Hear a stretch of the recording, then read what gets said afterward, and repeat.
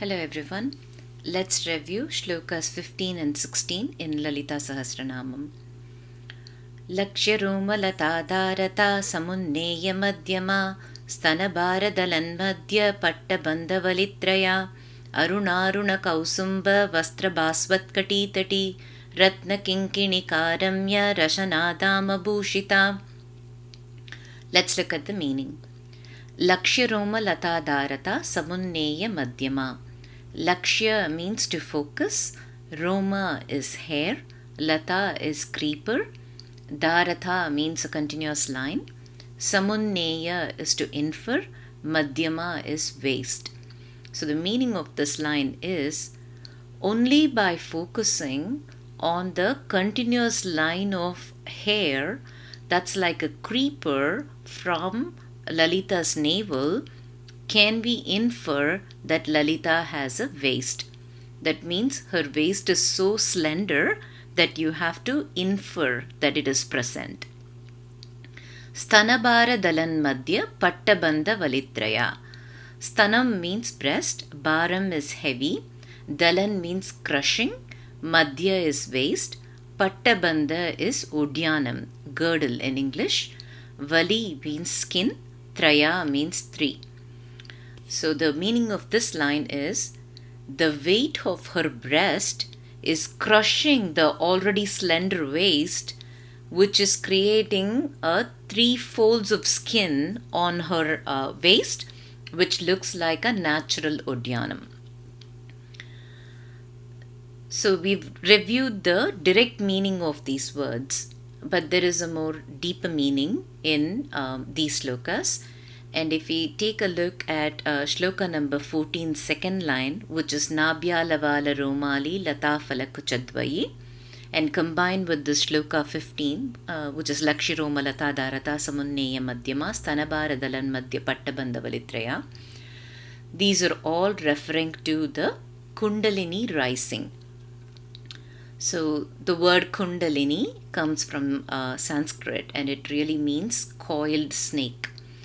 And this Kundalini represents the life energy or the creative and spiritual potential that we have in us. And it's the same as the cosmic energy, which is called as Prana Shakti. And each one of us, the manifested forms, use the Prana Vayu, which is the life energy. So the Kundalini energy is same as the cosmic energy and it's said to lie dormant at the base of the spine, curled like a snake. When that Kundalini rises and we call that Kundalini awakening, that creates a complete transformation on all levels of life.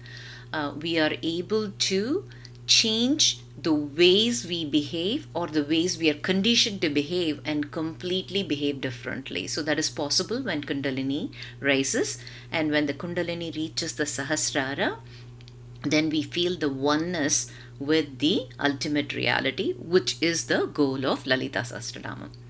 So let's explore this Kundalini a little bit more. So it's said that, just like we all have physical bodies, we also have an energy body. And similar to how the physical body has a circulatory system, the energy body also has energy channels. And these energy channels are called nadis. And these are the ones that carry the life energy. So there are three main energy channels that we focus on. One is called as Sushumna Nadi, which is the central energy channel. And this is parallel to the spine. And there is Pingala Nadi, which is on the right side, which is connected to the right nostril, and Ida Nadi, which is the left side, which is linked to the left nostril. And then the two energies that are involved with the Kundalini awakening are Prana and Apana. Prana is what we inhale and Apana is what we exhale. Generally, the Prana and Apana will never meet. They both go through their own channels.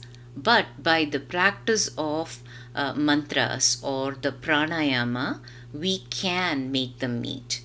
And that meeting of prana and apana can occur at the nabi, which is the navel point. And when the prana and apana meet at the navel, the nabi, then the Sushumna Nadi opens up. Generally, the breath is switching between the left and right side very rare cases can it come to the center. But when the prana and apana meet, the Sushumna Nadi opens up, which then stimulates the awakening of the Kundalini energy. So once the Sushumna Nadi opens up, there are chakras or energy centers that are along our spine, and the energy can flow through all of this. And we have 6 chakras, and then the 7th chakra is called Sahasrara. The Mooladhara is the root chakra, and this represents everything we need for security and survival. Then we have Swadhisthana, which represents all our emotions, passion, and creativity. And then the Manipura, which is at the navel point, represents our self-esteem and identity. And then the next chakra is Anahata, which is near the heart, and this represents unconditional love, compassion, and empathy.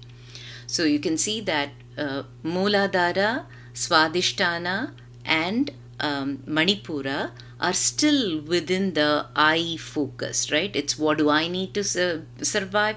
What do I need to feel better? What do I think of myself? It is still at that level. But when the energy flows from the navel up to the heart, that is the very first time we start to feel the realization, because at this point we've started to become compassionate.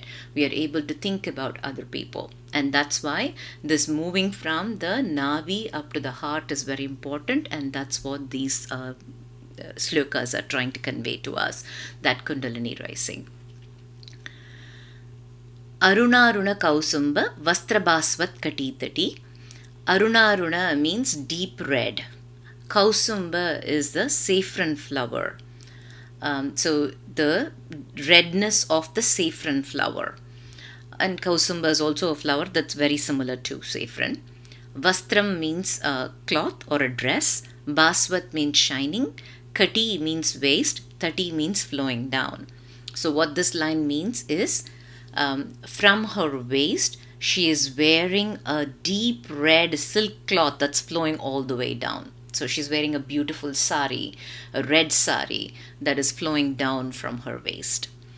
Ratna Kinkinika Ramya Rasana Dama Bhushita. Ratna is gems, Kinkinika means bells, Ramya means beautiful, Rashana means again waist, Dama means the girdle again, and Bhushita means decorated.